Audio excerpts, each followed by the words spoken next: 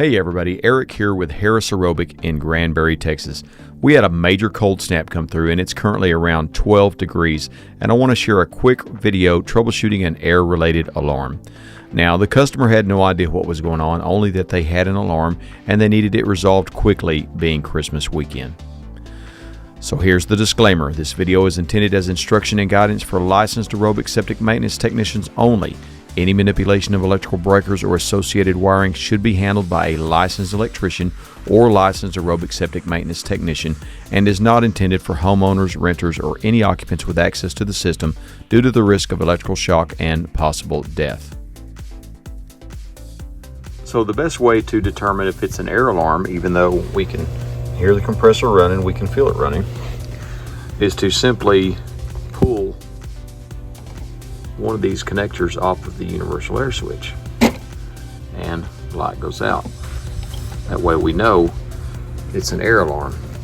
Put it back on, the light's on, pull it off, and the light's out. So we know it's an air alarm. So then pull this line out and we can tell there's no air coming out of it. Now right now here in North Texas, it is a brisk 12 degrees outside. We get these alarms off. What you do then is pull the air line off and see if you feel any air coming out of this compressor, because it still could be the compressor. But I just rebuilt this one just a few months ago. Oh, so we take the air off. Air line off, you can hear the air. And then when I blow in this line here, I can tell it's clogged up. So this line is full of moisture. It's not letting the air come out of the compressor, and therefore it is not pushing the connection closed on the universal air switch. So what we need to do is thaw this line out and get this moisture out of it, and everything should be all right.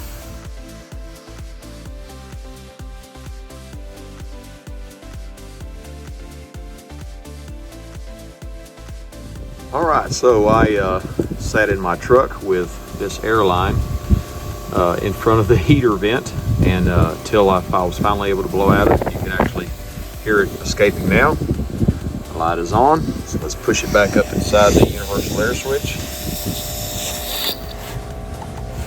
And voila, the alarm is resolved. So this was just simply the extreme cold temperatures allowed moisture to build up inside the airline, and it's what caused the alarm. So on a completely different system, an alarm the very same day, this is another issue you end up with. Airline, you end up with airline that is very old on a system, and when the cold hits, it just cracks and gets brittle like this one. Snaps right in half. So this is another issue that you will see when you're dealing with cold weather, is airline that breaks and cracks and causes an air alarm. Now, you may also experience compressor failure during extreme weather changes. Once diaphragms in linear pumps get fatigued, the extreme cold can cause them to give up, which will cause an air alarm. On Seco pumps, they will still run, but you won't have any air coming out of the compressor brass barb fitting. On Thomas Air pumps, the safety switch will engage and the pump will not be running. On high blow compressors, they may or may not be running, depending on the resilience of the safety screw, which is supposed to break when a diaphragm blows out, but sometimes takes a while. See my other videos for rebuilds on all three units. Hey, if this video has helped you, give us a like and subscribe if you'd like to see more instructional videos about aerobic septic troubleshooting and repairs. Please call us or leave a message here if you have any questions, or find us at harrisaerobic.com on Facebook and Instagram.